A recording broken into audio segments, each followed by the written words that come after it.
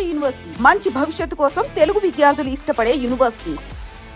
ఒక చిన్న question sir, ఒక సీరియస్ క్వశ్చనే. ఇప్పుడు మీరు అన్నారు కాబట్టి అడుగుతున్నాను. ఏదైతే ఒక హత్య కేసులో మీ పైన ఆరోపణలు వచ్చినాయో, అది ఆరోపణలు వచ్చినాయి, మీరు లీగల్గా ఫేస్ చేశారు. మీ ప్రమేయం ఎంత మాత్రం లేదని చెప్పి మిమ్మల్ని కనీసం మీకు నోటీసులు ఇచ్చారు కానీ అరెస్ట్ కూడా చేయలేదు. మీరు బయటకు వచ్చేసారు దాని నుంచి, కోర్టు ద్వారానే బయటకు వచ్చేసారు.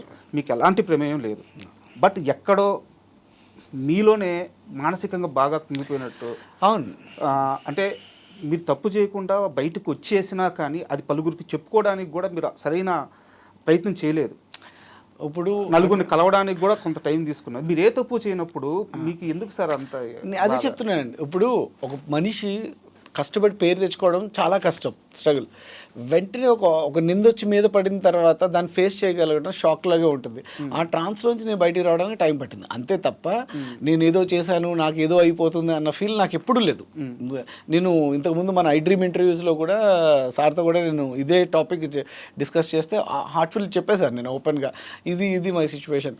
అంటే ఎంతో కష్టపడి మన ఊర్లో మీరు అన్నారు ఏదో చిన్నప్పటి నుంచి పారిపోయి వచ్చి 7th క్లాస్లో మళ్ళీ మినిమం అన్న చదువుకుని రావాలని చెప్పి ఆ 10th ఫినిష్ చేసి ఇంటర్ జాయిన్ అయ్యి డిస్కంటిన్యూ చేసి మళ్ళీ ఇండస్ట్రీకి వచ్చి మనం ఇంత ఇండస్ట్రీ తప్ప వేరేది ఏం లేదు. అంటే హీరో ఇలా అయిపోవాలని కాదు, చిరంజీవి గారిని, ప్రభుదేవ గారిని వీళ్ళందరినీ ఇన్స్పిరేషన్గా తీసుకుని అరే మనం కూడా డాన్స్ బాగా చేయాలి, యాక్టింగ్ బాగా చేయాలి, అందరూ మనల్ని మెచ్చుకోవాలి, ప్రతి ఒక్కరికి ఆర్టిస్ట్కి ఉంటుంది అది.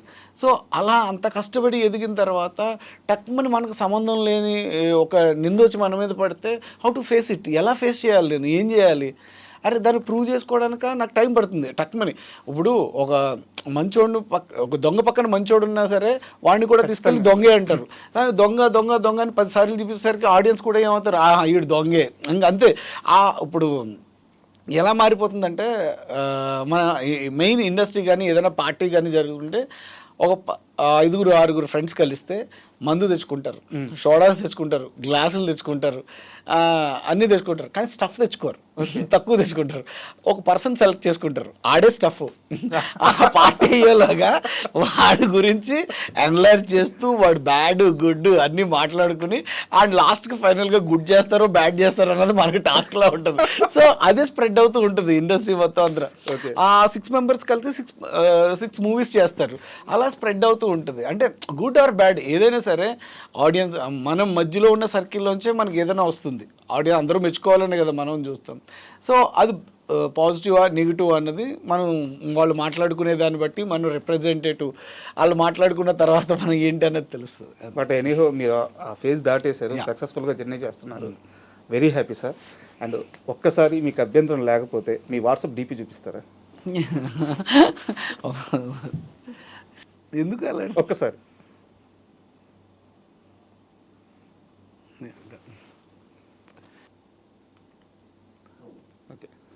Okay sir. అంటే ఎందుకు అడిగానంటే మీరు గతంలో రాజమౌళి గారి గురించి చాలాసార్లు మాట్లాడారు. మీ డీపీ చూసుకుంటే ఇప్పుడు ఆ డీపీ చూస్తుంటే ఏదో ఒక డైరెక్టర్ ఒక యాక్టర్ ఫోటో తీసుకున్నట్లేదు, ఒక తండ్రి దగ్గర కొడుకు కూర్చొని ఫోటో తీసుకున్నట్టు ఉంది. నిజంగానే నాకు తల్లి తండ్రి గురువు దైవం రాజమౌళి సార్. ఎందుకంటే మనకి ఆకలితో ఉన్నప్పుడు అన్నం పెట్టిన వాళ్ళు మాత్రం దేవుడితో సమానం మనకి. తర్వాత మనకు ఆకలి తీరిన తర్వాత అంటే చాలామంది మంచి క్యారెక్టర్, ఎందుకంటే అలాంటి డైరెక్టర్స్ లేకపోతే నేను లేను ఇప్పటికీ కూడా. ఓ చంద్ర సిద్ధార్థ గారు, కరుణాకరణ్ గారు, మెహర్ రమేష్ అన్న, అందరూ నాకు సినిమాలు ఇచ్చిన ప్రతి ఒక్కరు కూడా నాకు చాలా బాగా చూసుకున్నారు. కానీ నాకు యాక్టింగే రాదు, అసలు ఏమీ తెలియదు. అలాంటి టైంలో సై అనే సినిమా నన్ను నమ్మి అరే వీడు బాగున్నాడు, వీడు బాగా చేస్తాడు అని నన్ను తీసుకున్నందుకు నేను ఎప్పటికీ రాజమౌళి సార్కి రుణపడి ఉంటాను. ఎందుకంటే నా మదర్ ఫాదరు మనల్ని పుట్టించి మనల్ని కని ఇది చేశారు, కానీ ఒక గురువు మాత్రం మనల్ని ప్రయోజకులు చేస్తారు. ఏమీ రానప్పుడు అంటే వీడు బాగున్నాడు, వీడు మనం తయారు చేయొచ్చు అని చెప్పి నన్ను 2 months ట్రైనింగ్ ఇచ్చి డైలాగ్ క్యారెక్టరైజేషన్ ఇచ్చి ఆయన తర్వాత నేను ఇన్ని సినిమాలు చేయడానికి ఒక సై అనే ఒక సినిమా చాలా కారణం.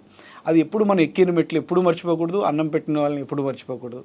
అంటే ఢిల్లీకి రాజైనా సరే తల్లికి కొడుకే, అలాగా రాజమౌళి సార్ ఆస్కార్ తీసుకున్న ఏం చేసినా సరే నాకు మాత్రం గురువు. తండ్రి తల్లి నిజంగా ఆ ఫీల్ నాకు ఎప్పుడు ఉంటుందండి. అది మనం ఏం చెప్పుకోకర్లేదు, మన హార్ట్లో ఉంటే చాలు. అదే అంటే ఇప్పుడు మీ డీప్ అయితే ఎవరు చూడరు కదా, పెట్టుకోవాల్సిన అవసరం లేదు. అవును, అదే ఒకరికి మనం చెప్పుకోకర్లేదు, అది మన హార్ట్లో మనకు ఉంటే చాలు ఇప్పటికి. అండ్ మీరు నూనాకు నచ్చే సినిమా చూసారా? అవునండి, నువ్వు దాంట్లో వెంకటేష్ ప్రకాష్ రాజ్ దగ్గరికి వెళ్ళినప్పుడు ఏమొచ్చు అని అడుగుతాడు, ఈత వచ్చింది. ఏదొచ్చా అంటారు. సేమ్ అదే సీన్ మీరు రాజమౌళి గారి దగ్గర క్రియేట్ చేశారు. అవునండి, అంటే ఏమొచ్చు అంటే చెస్ వచ్చు అని చెప్పారంటే అంటే నిజంగా అంటే అది game, rugby game, fight game, అదే టగ్ ఆఫ్ వార్ గేమ్ అని మనకు తెలియదు. మనకి యోచ్ అంటే అరే ఇంత పెద్ద ఆయన అడిగారు. నేను అప్పటికి Rajamouli sir fan, Simhadri cinema release తర్వాత నేను ఆయన ఫ్యాన్ అయిపోయా. అసలు అంత బాగుంటుంది ఇంటర్వెల్ బ్లాక్ బ్యాంక్ చూసిన తర్వాత. So Rama madam, Rajamouli sir వచ్చారు, అందరూ సెలక్షన్స్ మాట, అందరూ జిమ్ బాడీ, హైట్ 6 feet అయి ఉన్నారు. అక్కడ కుమార్ అని ఒక అసోసియేట్ డైరెక్టర్ అన్న ఉండేవారు. అన్న ఉంటే అన్న చెప్పాను, అలా అన్న తప్పన అని ఒక సినిమా ఇంకా అంటే ఫస్ట్ రిలీజ్ అయిన మధ్యలోంచి వచ్చామన్నా, సార్ ఇలా ఇంటర్వ్యూస్ పెడుతున్నారు అని చెప్తే వచ్చామన్నా అంటే, సరే అయితే నేను పంపిస్తాను, రాగానే మీరు కూర్చోండి అని చెప్పి నన్ను ఇంకో ఫ్రెండ్ని కూర్చోబెట్టారు. ఇంట్లో సారు, రమా మేడం ఇద్దరు కలిసి వచ్చారు. లోపలికి వెళ్ళి కూర్చోగానే ఫస్ట్ మెంబర్ నేను. అన్న చెప్పన్నా ఒకసారి, ఆయన చూసినట్టే నాకు ఎక్సైట్మెంట్, అన్న నేను కలుస్తానన్న కలుస్తా అంటే సరే అయితే వెళ్ళి కలవమన్నారు. కలిసా మేడం సార్ ఇద్దరు కూర్చున్నారు. కూర్చున్న తర్వాత ఇందుకే ఎక్కడ చదువుకున్నావు ఏంటి అంటే రాజమండ్రి సార్ ఇలా అని చెప్పాను. అవునా అన్న యాక్టింగ్ వచ్చా అన్న, ఇప్పుడు ఆల్రెడీ చిన్న సినిమా ఒకటి చేస్తున్నాను సార్ అది చెప్తే, ఎందుకు మేడం అడిగారు స్పోర్ట్స్ అదే గేమ్స్ ఏమన్నా వచ్చా అంటే, మనకు కొంచెం ఆలోచించి మన అమ్మాయి కొంచెం మెచ్యూర్డ్ లెవెల్స్లో ఇంటెలెక్చువల్ గేమ్ ఏదైనా చెప్పాలని చెప్పి చెస్ నిజంగానే చెస్ వచ్చి సార్ అన్నాను. నవ్వుతూ ఉన్నారు అసలు, ఏంటి నవ్వుతున్నారు నాకేం అర్థం కాదు. అలా కాదు, రన్నింగ్ కానీ క్రికెట్, స్పోర్ట్, బాస్కెట్బాల్ ఇలాంటి స్పోర్ట్స్ గేమ్ ఏమన్నా కొంచెం రన్నింగ్ చేసే ఏమన్నా వచ్చంటే, స్కూల్లో ఫస్ట్ నేనే అండి రన్నింగ్లో. సో అది చాలా ప్లస్ అయింది. ఇలాగ రన్నింగ్లో ఫస్ట్ మేడం అది ఇది అని చెప్తే అవునా అని చెప్పి అప్పుడు నేమ్ రాసుకున్నారు. మరి స్కూల్ చదవకుండా వచ్చేస్తా అన్నారు మీరు ఇండస్ట్రీకి. 7వ క్లాస్లో 2 రూపాయలు జేబులో పెట్టుకొని వచ్చేసారు. ఇప్పుడు ఆ స్కూల్లో చదవడం వల్ల కదా, రన్నింగ్ రావడం వల్ల కదా ఉపయోగపడింది. అంటే చిత్రం మనకు తెలియదు కదా.